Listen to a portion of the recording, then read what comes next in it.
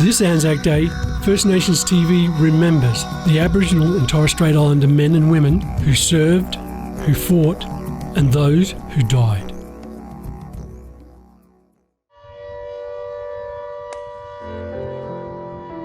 February 19th, 1942.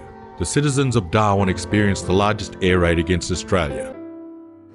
I'm Donne Odegaard. I'm the daughter of Leo Odegaard, senior Larrakia Aboriginal man, traditional owner of Darwin. My father was barely 19 when the bombing of Darwin happened on the 19th of February 1942. He was having breakfast with his younger sisters. About 9:45 a.m. in the morning, Dad said that he heard the drone of the Zero fighters, and his uncles called out to him, "Quick, get out of the house." By that time his Uncle John had gone down to work on the wharf, and so he grabbed his little sisters, Elsa Odegaard and also Rose, and raced out of the house and took cover in a ditch. He heard an almighty explosion, looked over his shoulder, he looked towards Stokes Hill Wharf and saw the smoke and just realised, his Uncle John, would have perished in the explosion. And but Dad was saying that, when he saw those Zero fighters, they seemed to be dropping silver things, which obviously were bombs. And he said they were so close he could actually see the pilots in the cockpit. But by that stage he'd taken cover, and once he got his sisters safely on the train out of Darwin down to Alice Springs, Dad and his Uncle Dolphin decided to volunteer in the army.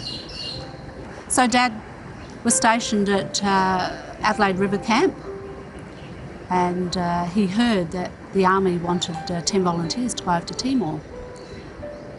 But the problem was that he was underage, so he wasn't able to go. So he stayed in the army and was stationed down in Alice Springs as a spotter, an airplane spotter, because there was an expectation that the Japanese would head inland.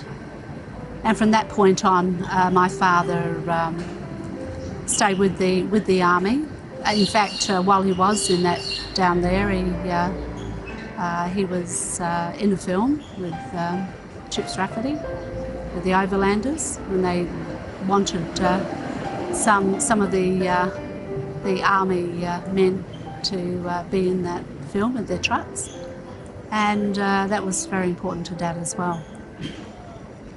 Later on, he became the president of the RSL, and he maintained his close ties with his friends in the army, and also played an important role, he felt, and also that he felt his story needed to be told. Commemorating ANZAC Day. First Nations TV. Lest we forget.